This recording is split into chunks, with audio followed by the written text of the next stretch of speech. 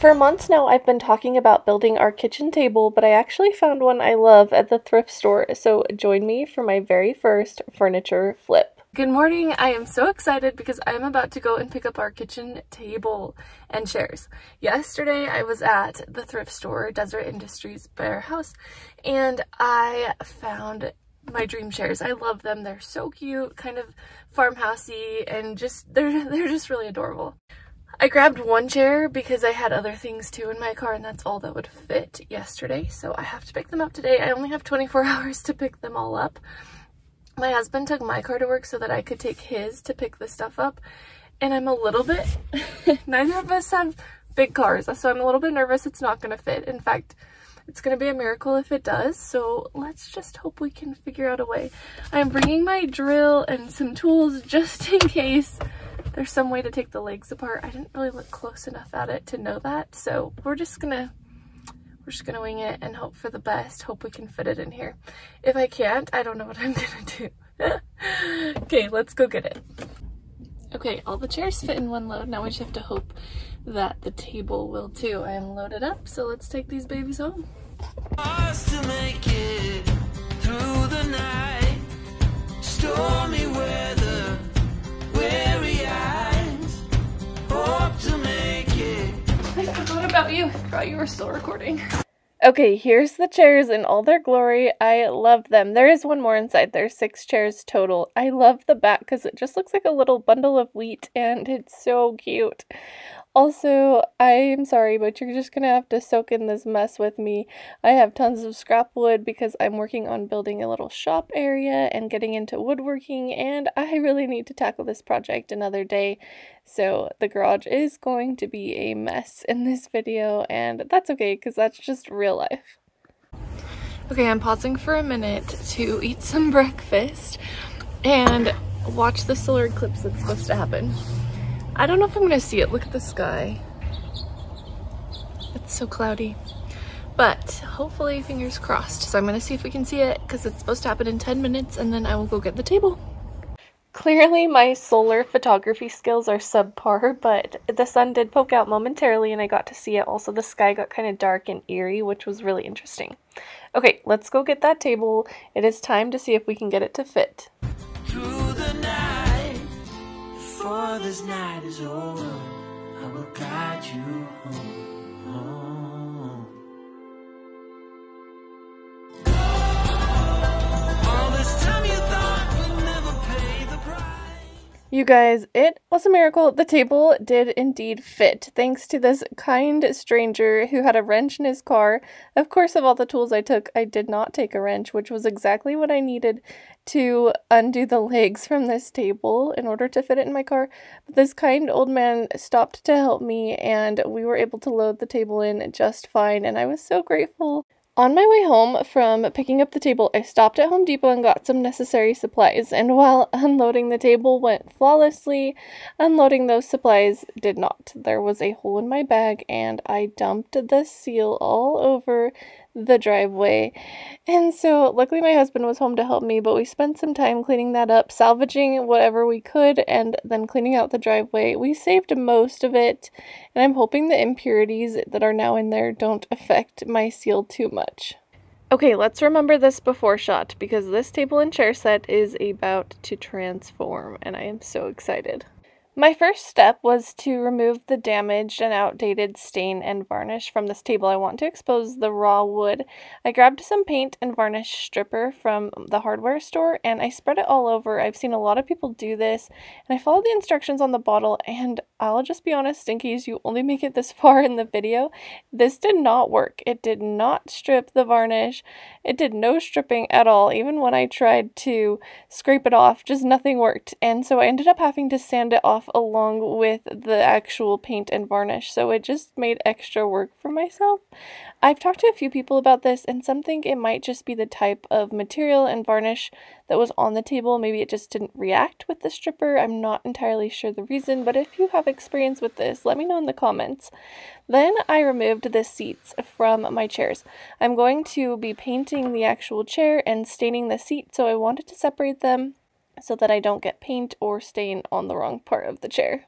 Here's another thing I learned through this process. I wish that I would have labeled my seats so I knew which chairs they went with, because I realized later when I went to put them back on that the holes for all the chairs weren't exactly the same, and so I had to go through every single seat to figure out which chair it matched up with, and it just took a lot of time. So there's a little tip for the future. Like I mentioned earlier, I added the stripper to the seats as well, and this also just did not work. There were two seats that I hadn't added stripper to and decided to try just sanding them the way they were, and the actual varnish and stain came off so much easier than the seats that I tried to use the stripper on. So again, I don't know. I'd love to hear your guys' experience. It might be the type of stripper that I used, or it might just be that this particular varnish and stain doesn't react with the stripper. After stripping away as much of the varnish and the stripper as I could, I got to work sanding, and this part took me so long. I think I sanded for about 4 or 5 hours total. The varnish was just really stubborn and didn't want to come off. There might be more powerful sanders out there. I've heard the orbital sanders are ideal for furniture flipping and refurbishing, but I just wanted to use what I had, and so this little sander I was very grateful for. It was much better than doing it by hand, but it took quite some time. I used the coarsest sandpaper I could find, and it was a long and grueling process. All this time you thought we'd never pay the price.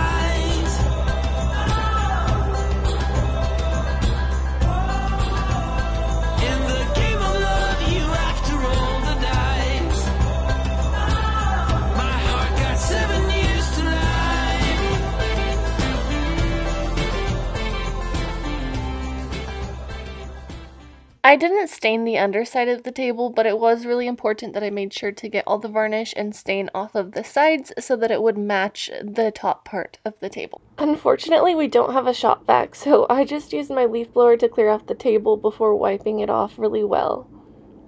This wood was looking so pretty though, and I was really excited. I used weathered oak Varathane wood stain from Home Depot to stain this. I was worried at first because when I opened the can it was pure gray, but once it dried it really just brought out some of the gray undertones in the wood, and it wasn't over the top. I thought it really highlighted this wood's natural beauty, and I actually loved this stain. And you'll see in a little bit the paint that I picked for the chairs and the table legs also matched this stain so perfectly. I was really excited about how it all tied together.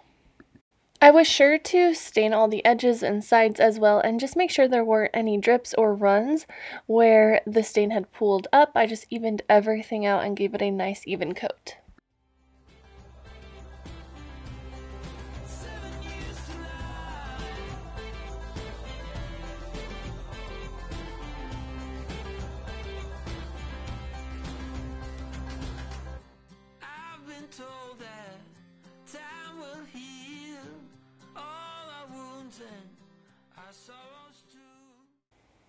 It is the next morning. I've been out here since about 6 a.m. I got to watch the sunrise while I painted this chair. It took me about an hour and a half. I don't have a paint sprayer, which I know would have made this process so much faster, but I love how it turned out. I got the Patches color from Bear's Dynasty collection at Home Depot.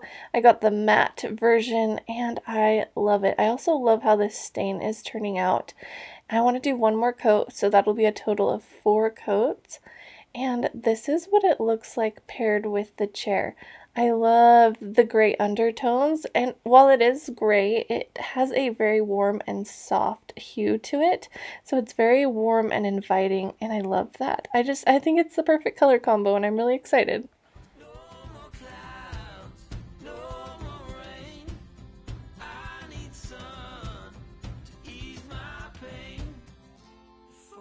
I got the chair painting process down to about an hour. Before painting each chair, I made sure to clean it really, really well and just sand any parts that were rough or uneven. And then there were a few chairs that I needed to kind of fix and pound back together, but once I had it secured and cleaned off, I was able to give it one coat.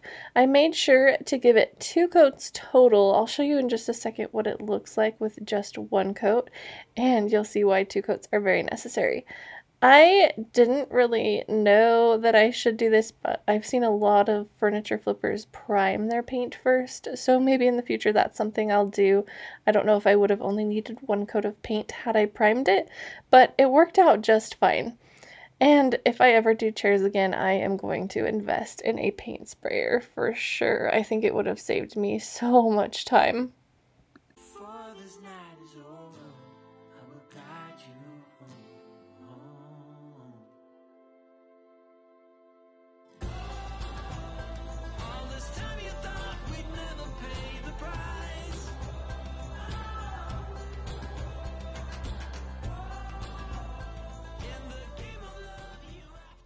This is what it looks like with just one coat, and you can see there's just a lot of parts where the green is still poking through and where the paint is thin. But I found after 2 coats, with the exception of a few spots, I'm usually pretty good to go. I also painted the bottom of the table, basically anywhere where the table or chairs were originally green, I painted it in this patches color. I made sure to tape off the table first just so I could get a clean straight line. I didn't worry so much about the inside of the table as I did the outside edges where you'll actually see it. Another important thing to note is that any time I painted or sanded or added seal, I always went with the grain of the wood. This will just help preserve the look of the wood and its natural grain.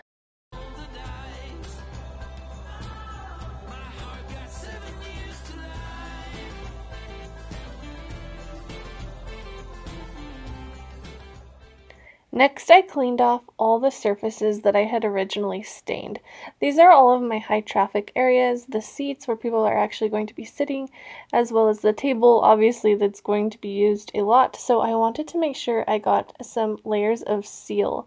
I just used polyurethane from Home Depot, and I gave it a few coats. This is the same seal that I dumped on the driveway, so I luckily don't feel like there were too many flecks of dirt stuck in it, but there might have been a few impurities that I couldn't see. But overall, it worked out really well. So I did 3 coats of this seal, and I lightly sanded off the very top when I was finished just to smooth things out. I used a very fine grit sandpaper and just used my hand. I didn't even use the electric sander. It was just to give it a very smooth finish. I should probably mention too that I used the matte seal. I really wanted a very rustic and organic look. I didn't want it to look like I had put a clear coating on top, and this really did it for me. The matte was the perfect solution, and I was really happy with how this wood turned out.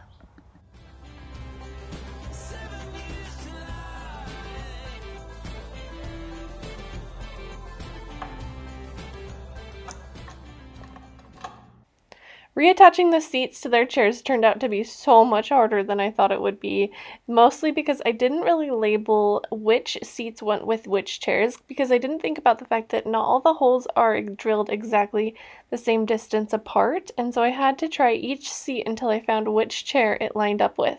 But once we finally got it all together, I was so excited. Here I am just taking in that last chair. At this point, I was so filthy and covered in dust and paint and dirt, but so happy and proud of how this turned out. I absolutely love how this looks in our home. Here is the before shot, just as a reminder. This is what it looked like when I got it, and this is what it looks like now in our home. I love it.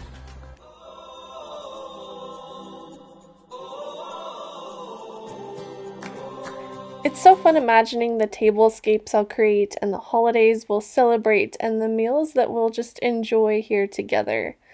I love the way the sun hits this table as the light brings out all of the rich, natural tones in the wood. I still have a lot to learn, and if you were here in person, you would probably see a lot more imperfections, but I am really proud of this table and really happy with how it turned out. I think mostly I feel proud of knowing that I took something old and gave it new life. There's just something so rewarding about seeing the potential in something that maybe someone else would have just thrown away. My name is Jenneca, and a few months ago, my husband and I bought our first house. I'm on a journey with him to turn this house into a home on a budget, and I've been sharing that process here on this page. I make home-centered content designed to inspire creativity and resourcefulness. Things like DIY, crafting, decorating, and organization. I post videos weekly, usually on Fridays, so if you're interested in more content like this, hit like and subscribe, and I will see you next week.